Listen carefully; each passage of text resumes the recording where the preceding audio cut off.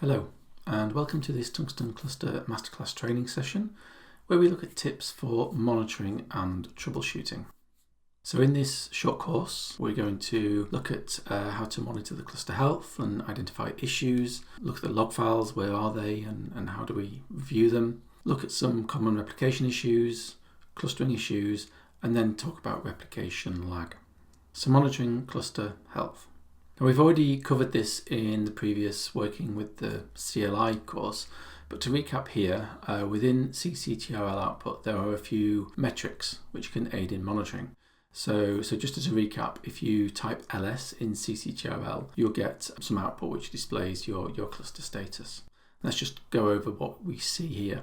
So first of all, you see the two different types of output.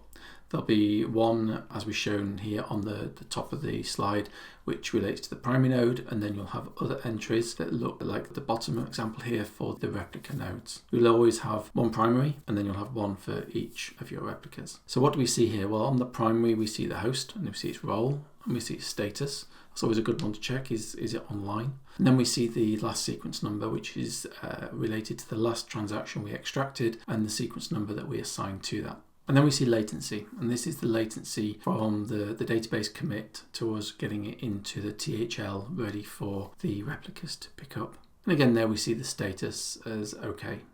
On a replica line, we see pretty much the same information. Here, the progress relates to the last sequence number that we applied, and the latency here is the latency applying into that target database.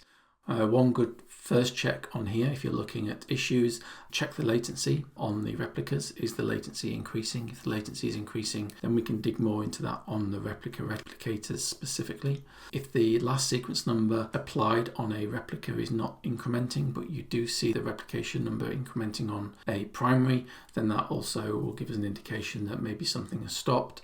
Then we can start digging into log files and looking at the various components in more detail.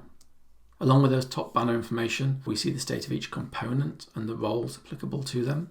So as I said, every block will show the manager, the replicator, and the data server, which is the MySQL database. And then on the connections, we see the connections to the instance. So in the case of the primary, the replicator will show the role of master.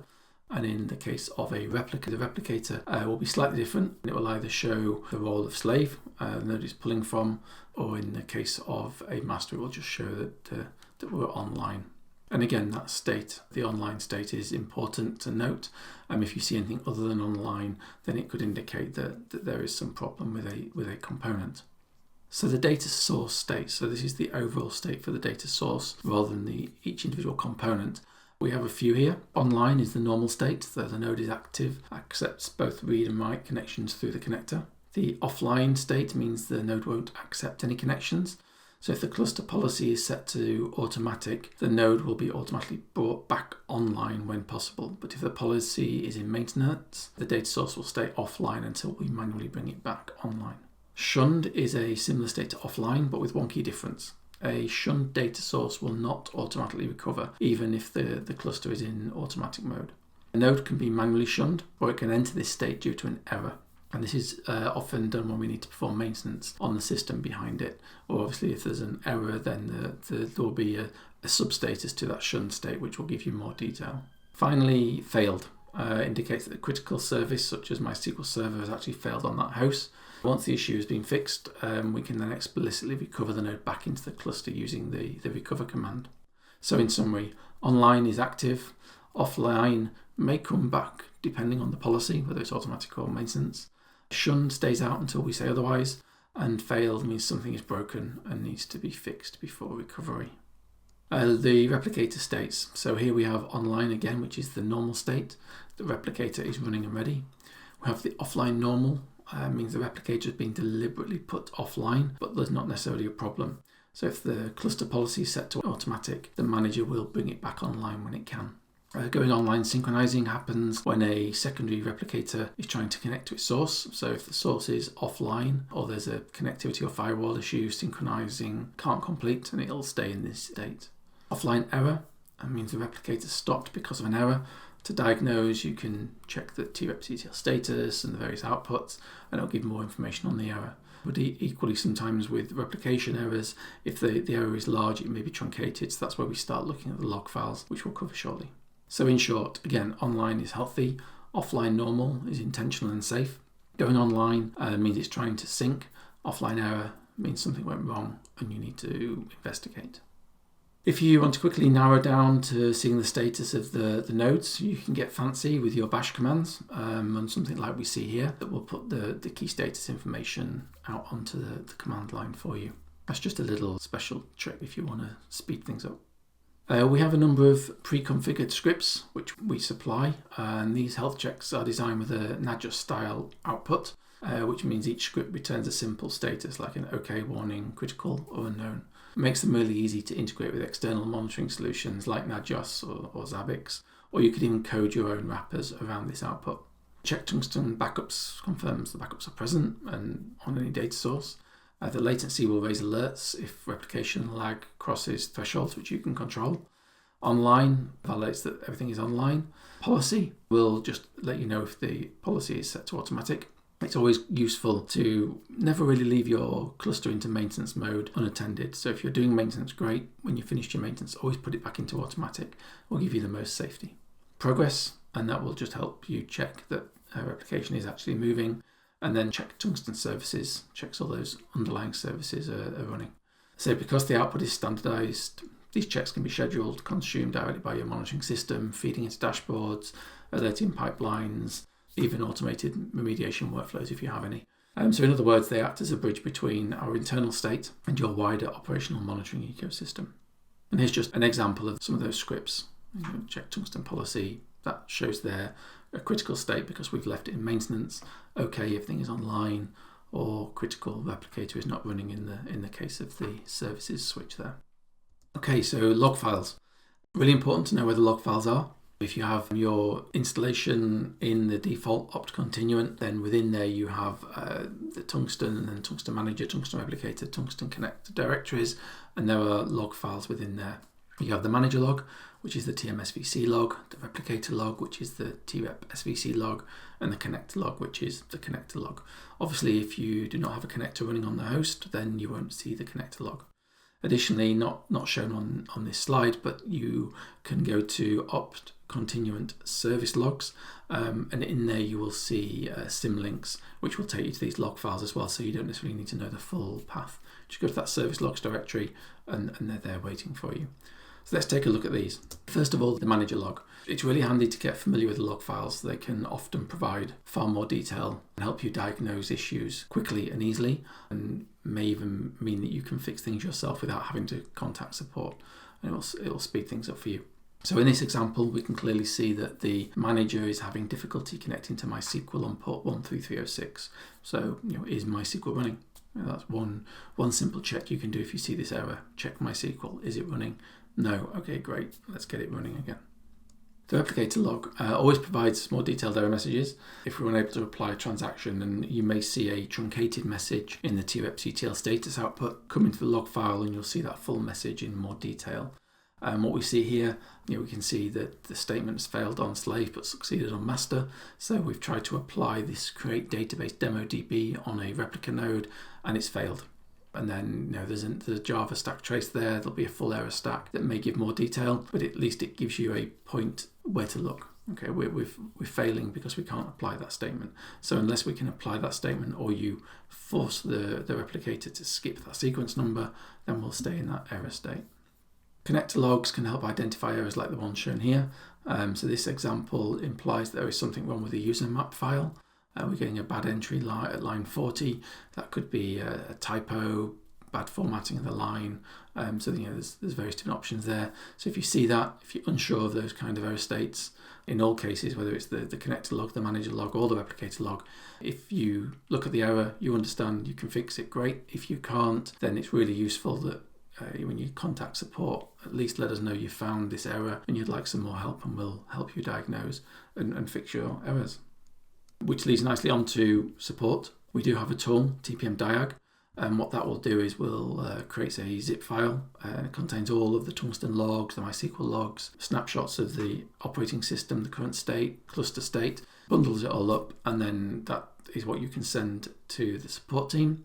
It will give us a full holistic view of your cluster state and help us to fix your problem. And now if passwordless SSH is configured, then you can just issue tpm diag -a, and that will collect the diagnostics from every host in your cluster.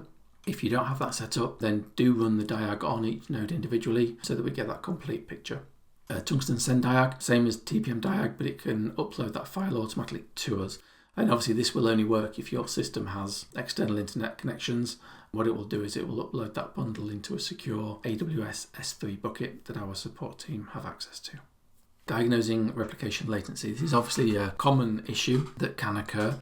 Number of reasons why it can occur, but replication latency is one thing that you need to be aware of, monitor closely, and make sure that it replicates, that we're replicating within the thresholds that are suitable for your business.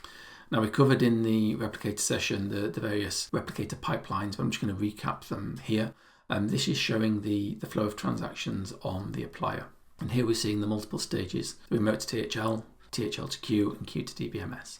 So what happens in the case of the applier? The remote to THL pulls the THL files across the network to the local host from the extractor, and we then run that through the extract, filter, apply process. So we extract the contents, we apply any filtering if there is anything, and then we apply it to the state ready for the next stage. So remote to THL will pull across the network and then apply it down to THL on disk. The next stage, THL to queue, will extract that THL, apply any filtering that we've got configured, and then it will apply it or write it out into an in-memory queue. And then the queue to DBMS stage will pull from that or extract from the in-memory queue, apply any filtering, and then write it out to your target database. Now, latency can apply at any of these stages, and understanding where the latency is occurring can help you diagnose that better. So, for example, if we are seeing high latency on that remote to THL stage, there are two possible causes. Either the network is slow and we're struggling to pull the THL across quick enough, or we have disk contention, IO contention, and we're not able to write down to disk the THL files quick enough. The THL to queue stage, typically latency there could be we're not able to read THL quick enough. The queue to DBMS, latency there would often mean that we're struggling to write to MySQL quick enough. So then once you know that, you can then start narrowing down with all of your other monitoring tools, whether you're looking at IOStat, operating system command line tools, or whether you're looking at more fine-grained MySQL monitoring tools where you can dig into memory usage, caches, disk usage, all of those kinds of areas. So understanding where that latency is occurring can help you to debug latency. So what are the main causes of latency that we see in support? One is large transactions, we have schema changes, or we have slow networks. Now, with large transactions, obviously the transactions must be applied in sequence. So if we take a large transaction, changing millions of rows, and we start applying that, we can't do anything else in the queue whilst we're doing that. So that will start to increase latency because we're starting to fall behind because we're still waiting for this large transaction to apply. And also from an operator point of view, you may look at the replicator and think, oh, the replicator's stuck, it's not doing anything. But it's actually because we're in the middle of processing this large transaction, so you don't necessarily get a visual cue that we're doing something. Now in version 8 onwards of the product, there is an extra status output in the trepctl status, which shows applying, and you would see that incrementing and processing if we are in the middle of doing a large transaction. So it's always good to look at that status output before you assume that the replicator's paused. Schema changes, that's also classed as a large transaction in some cases, especially if the target table must be rebuilt. And again, that can cause latency because everything else will be held up behind that. Now, we do have some best practice recommendations if you're working with schema changes. I'm not covering it in this particular training session, but if you look at our documentation, we have outlines of how to apply these schema changes so that you can avoid significant latency in your system. Slow network, I think that speaks for itself. If your cluster is geographically distributed, high network latency can impact replication speeds. We see it a lot with customers where they're working with cloud environments across Asia and Europe or Asia and the US. those network links can be slow, and that can increase that latency an as well. The trepctl perf command can help you to dig in and see which stage those latencies may be occurring. We've got an example output here, and by running trepctl perf -r with a number, say 2 or 3, it will refresh this output every 2 or 3 seconds, and you'll be able to see those values moving and changing and the latency is increasing. And on this example here, we see that the remote to THL and THL to Q are further ahead of Q to DBMS. So in this example here, we'll be thinking, okay, we may be slow writing to MySQL. So let's start digging into MySQL and seeing if there are some locking issues, if we're memory issues, if we're struggling in MySQL itself. And finally, we have an API. So I've shown you a lot of scripts here, all the check Tungsten scripts, the command line, cctrl outputs, trepctl outputs, all great working on the command line, but we do have an API that provides you endpoints to all of those metrics. And many of the scripts, like the check Tungsten scripts, they all now use the API endpoints to get that information as well. So this API can be really useful for you to plug into your own monitoring system if you wish. There is what we call a TAPI tool, which is a command line tool, which is a quick and easy way of accessing the API endpoints and seeing the data. We do have a dedicated training session on the API, so I'm not going to go into detail in this session here, but just be aware that the API is there. It's enabled by default, so use it. Check out the documentation, see what those endpoints are, and start gathering, and it will really give you a lot more power and understanding of how your cluster is operating by being able to query those endpoints, and it will just make your life a lot easier. So in summary, we've looked at command line tools, we've looked at cluster and replicator states, log files, TPM diag, and we've talked about replication lag. So all kind of little foundations for you to start understanding how your cluster is working, how to monitor it. And I think it's one final point is always monitor your system. Don't assume that because you've got Tungsten clustering running, everything is great. There are lots of things can go wrong outside of the control of the Tungsten software, and that can really impact your system. The clustering itself will try and auto-recover and survive as many issues as we possibly can, but there will always be something out there that will come and catch you off guard. So have your monitoring in place, especially checking for disk usage, network outages, anything like that. Monitor. Okay, so thank you for listening. I hope you found that useful, and I will speak to you again soon on our next training session. Thank you and goodbye.